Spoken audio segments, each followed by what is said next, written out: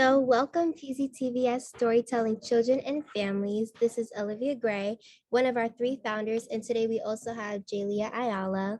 Say hello. Hi. I present to you The Heart of Storytelling, featured on ABC Good Morning America, BBC Great American Railway Journeys, National Geographic, CBS Sunday Morning, and The Today Show, is master storyteller Jonathan Kruk, who debuted his most famous performances enacting The Legend of Sleepy Hollow and A Christmas Carol, who is here to share with us his insight on the value of reading for our generation of young children, as well as his experience with the storytelling community. Last April, he drew in each and every one of the child development students enrolled in the PCTVS district and will now thrill you with his presence for this exciting interview. Mr. Jonathan Kruk, would you like to introduce yourself? Yes, I'm Jonathan Kruk, and for years I've been trying to figure out how it was possible that, once upon a time people lived happily ever after. And I realized it wasn't because they, wished for more wishes or wished for gold. It was because we bond through storytelling. We escape our own little world by sharing our story, sharing a little experience that has something unexpected, a surprise at the end. And I've been spending much of my life, my adult life, going to schools, parks, libraries, historic sites, sharing stories with mostly with children, but oftentimes with adults too. So that's my little story. It really began with telling bedtime stories to my younger brother, and I got asked in college to share some of the stories I would tell to kids in a school. Tell to my little brother to kids in a school setting. And the very first time I did it, I sat with kindergartners, and they were far off in a distance, looking up at me with a little bit of awe and trepidation. But as I began to tell the story, they drew in closer and closer, and soon wanted to, almost be sitting on my feet or on my lap. And then I had an epiphany that this was something I truly wanted to do, and that kids craved. They craved the well-told story. I think that's awesome that you have that passion and you have such a will to do it, because you really see it. Even as us high schoolers, when we were drawn into your performance, we could feel your desire. And I think that young children feel that even more than we do, because it's such an impactful experience. And Jalia would like to ask you one of our questions. So tell us a little bit about yourself and how you initially perceived the value of stories and quality reading. So I know you touched a little bit on that. So kind of touch on Yeah. where you perceive the value of stories. Yeah, well, again, I could see it in their eyes and how they craved the story, almost like baby birds wanting their worm. But the stories also, I felt, have there's a healing quality about them when we're troubled, when we're wondering what's going to happen to us in our life. Storytelling, especially fairies and fables, provide like a roadmap. And the map basically is that you can set out on your course, kind of your own hero's journey. And if you're true to yourself and you stick to it, you'll get help. Just like Cinderella got help from her fairy godmother, or a leprechaun may appear, or Anansi, the Spider-Man, might get help from a certain animal. We all get help on our journey once we begin to truly pursue it. And I saw that there was a lot of value in that, in storytelling. Plus, I began to realize storytelling is the ideal way to teach, maybe the best way to teach, because it lets you picture a circumstance and see yourself in that circumstance, and you follow a course to solve it. And it also shares the wisdom of life that's been accumulated over different countries and cultures over, millennium. There's certain things we all want. We all are kind of like Cinderella, feeling we're undervalued and no one appreciates all the work I'm doing, cleaning and scouring and, sewing. And now suddenly, you pursue your course and you get help and you go to the ball, but it's not so much that you have to marry a prince. The marriage really just means that you're finding happiness, you're finding acknowledgement, and you're getting into good grace. So that's where storytelling has such great value. Well, I love that response. Yeah, and I just to say, I mean, I began my career by volunteering. And that's what I always encourage people to do. I volunteered at a center in New York City that helped kids who were at risk of dropping out of school. And I went there and would tell them stories. And that's where I learned my craft and learned how to reach kids. And then from there, I began to do lots of children's birthday parties. And that led to a magic helper. I was told to go to a showcase for artist educators, people who go to schools to help educate. And a superintendent from the Freeport schools on Long Island came, and he found out that I was just about to get my master's degree in educational theater.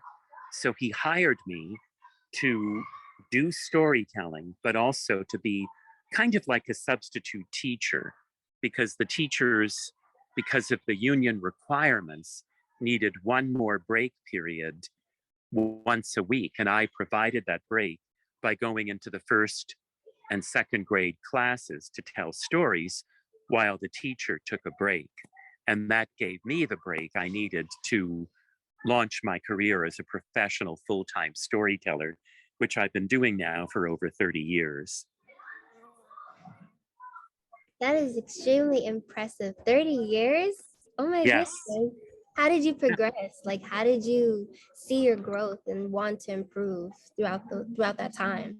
Well, I'm still feeling it. I mean, I'm still telling some of the same stories I used to tell, and there always comes moments where I find something new in a story to tell.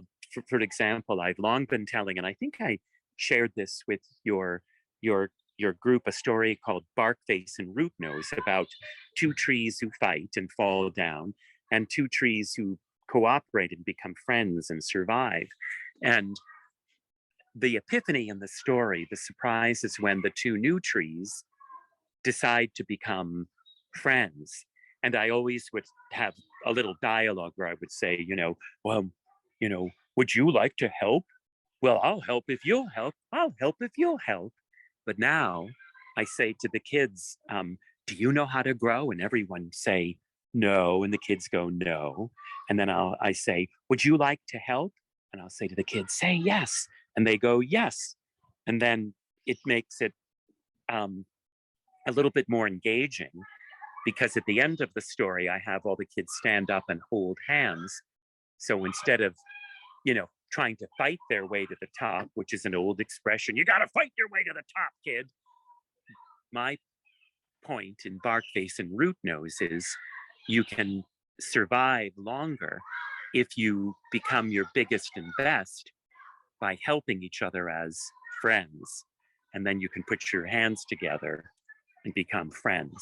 So I'm always finding new things in the stories I've been telling for these 30 years that are new, different, and that's what keeps it really alive for me.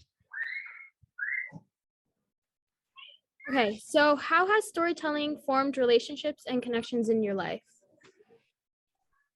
Oh gosh, it even just, I mean, I only have one daughter, but I have thousands of children with whom I've connected through storytelling. Even just today, again, working with kindergartners and connecting with them. So at the beginning, they were like they were at my very first engagement, a little bit afraid. But after I've told them a story, they want to hold my hand or show me that their tooth has fallen out. And that shows that there is a connection. And those I constantly feel with me wherever I go, especially at the end of a performance. Then I've made some, of course, deep connections with people who've come to my Legend of Sleepy Hollow shows, my Christmas Carol shows. Certain schools have booked me for over 20 consecutive years. So those are really strong connections. And I've connected with people, through storytelling then, um, on Facebook and Instagram, who come to listen to my stories if I do a live show there. And I have certain fans among different audiences of people. I have a lot of fans, uh, among children, among adults who love Halloween stories. The autistic community of kids loves my stories. Um, People who were into Halloween, into fairy tales, are all there. And when the pandemic struck, I could truly feel the power of the connections, because they came through with just support on all different levels. So, um, I feel I have again just, thousands of children who I've had really the privilege to be the one who shared a story that may have in some way provided a little roadmap or a little cure in little problems they may have been having, wondering, what am I going to do with my life? What's going to happen? Uh, so that's where the connections lie, with each audience, with each story, with each kid. Wonderful. And I really like how you say that you mentioned the bark face in the tree. I thought that was super funny when we were watching it, because everyone was so engaged, and we're not even, I mean, you could say we're children, but we're pretty grown. Yeah, but not the same as you're Yeah, exactly. 16 instead of 6, and there's a big difference. But yeah, I do find that I always want parents to watch their kids listening to stories made just for children, because the stories still speak to the child that's within us, and the parents have fun watching the children enjoying the stories too. And I would like to ask you, what is your favorite story that you like to tell, and why? Oh, well, that's a hard one. I have a few categories. My all-time favorite is A Christmas Carol, because if there's if it's possible for a mean, miserly Scrooge of a fellow to turn around, to transform, there's hope for us all.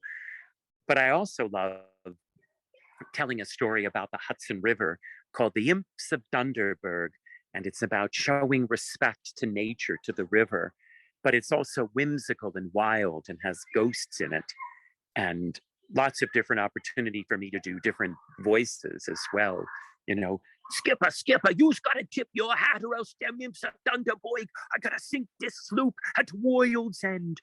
World's End, what's that? That's what we said, World's End, where the Hudson River has no bottom. So that's one I love to do. But among my favorite, fairy tales, gosh, I think it's maybe now Magical, Wonderful, but sometimes Dangerous Bulbul Bird, which I'm in the process of turning into a children's book.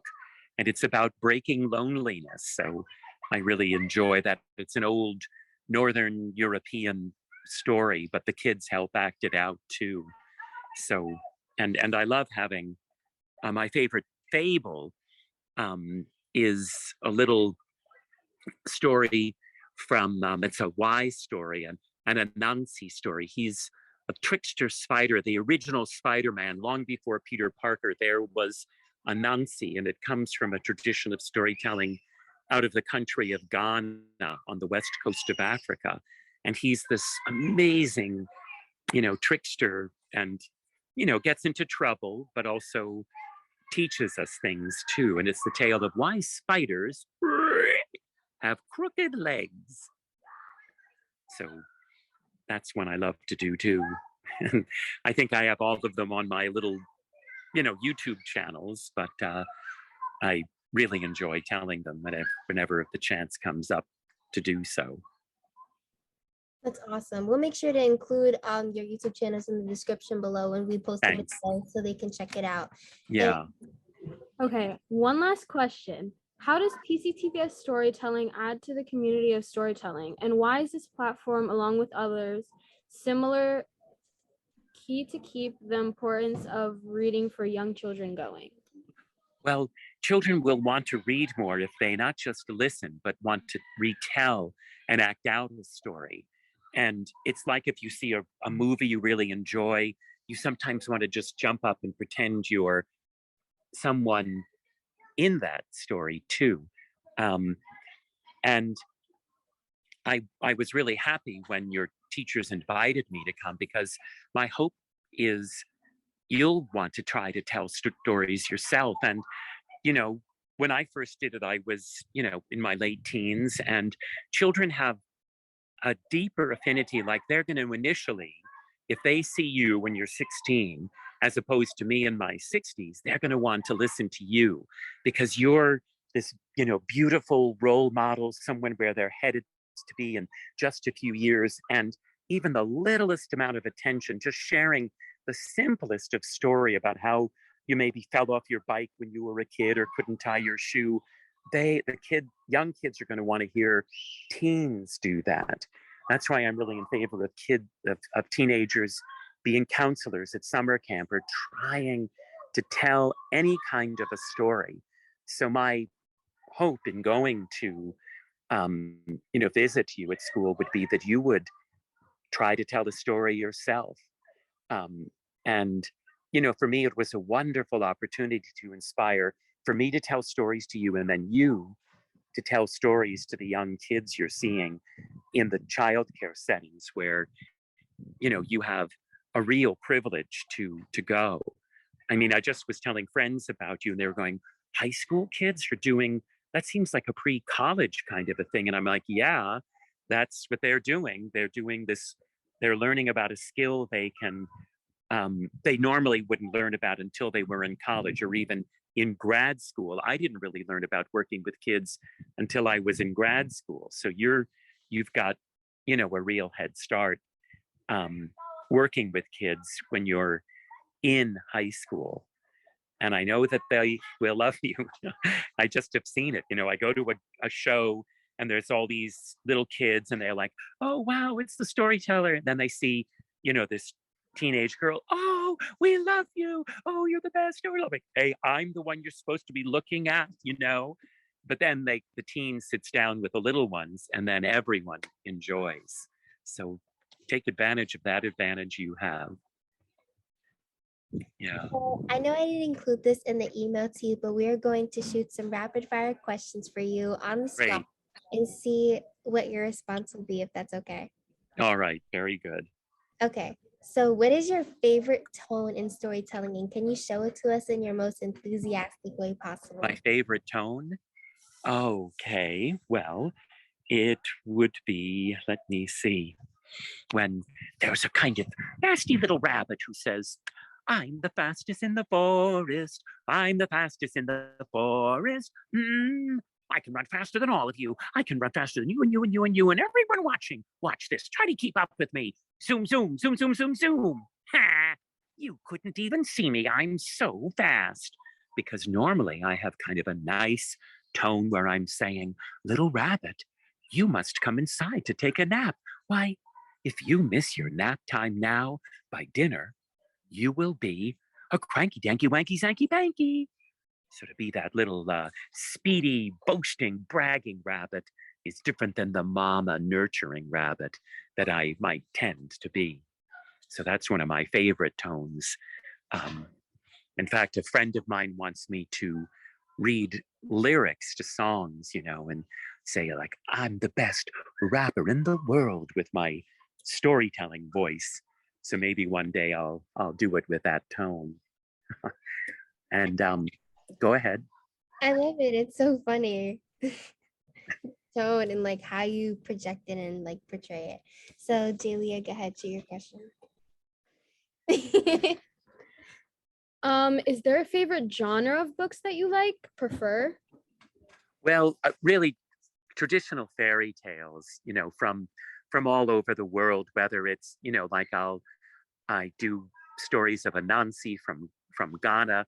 The Bulbul bird story I mentioned comes from the country of Latvia, but they're all fairy tales, where there's a problem and someone goes out on a quest to try to solve it. And it usually takes 3 steps to get there. and magic helpers come along the way. And then there's, a surprise at the end and happiness, which, often is described as, a marriage, but it doesn't mean that marriage is the only way you can be happy at the end. So that fairy tale structure is really what I like. I don't do too many, personal stories. I do have some, but not that many. Oops, running. Go ahead. Who is your favorite children's book author and why? My favorite children's book. Oh man. Well, it's probably Jane Yolen. She writes for older kids, but she does it in a fairy tale form, and she's very mysterious. Like, just even in this story title, The Girl Who Cried Flowers, makes you wonder, who is this girl and why is she crying flowers? So probably Jane Yolen is one of my favorites, but I love many of the traditional ones like, Dr. Seuss, Margaret Wise Brown, Mercer Mayer, and my favorite illustrator is Arthur Rackham. Almost anything he illustrates, and again, he does classics I like. And I used to like Susan Jeffers a long time ago. So those are among the favorites that I really like. What advice would you give to teachers who want to better their storytelling abilities? Well, to get the kids to help them, to take like I said, a fairy tale, an Aesop's fable, and maybe read it to the kids and then get them to help you as a teacher retell it. Because then the burden isn't always on you. Plus, the kids are learning to retell and get their imaginations going, piecing the story back together. So get help from the kids, and then eventually teachers will begin to find their own storytelling voice. And it's easier to tell stories in front of kids than it is in front of adults. Thank you so much for your response. And unfortunately, we have to end this interview because we're about to get kicked out of the library in 5 I minutes. understand. All right. Well, thank you very much. An honor to have had this time, and I'll keep in touch with you here, and I hope you go out and tell some stories too. Of course, thank you. Our viewers will be very happy to see you and hear everything that you have told us today. We really appreciate your time and joining this interview to give us your feedback and just your background on how much you love storytelling and what you provide to our future children. Well, thanks. An honor and a joy for me too. Thank you so much, Jonathan Kruk. You're welcome.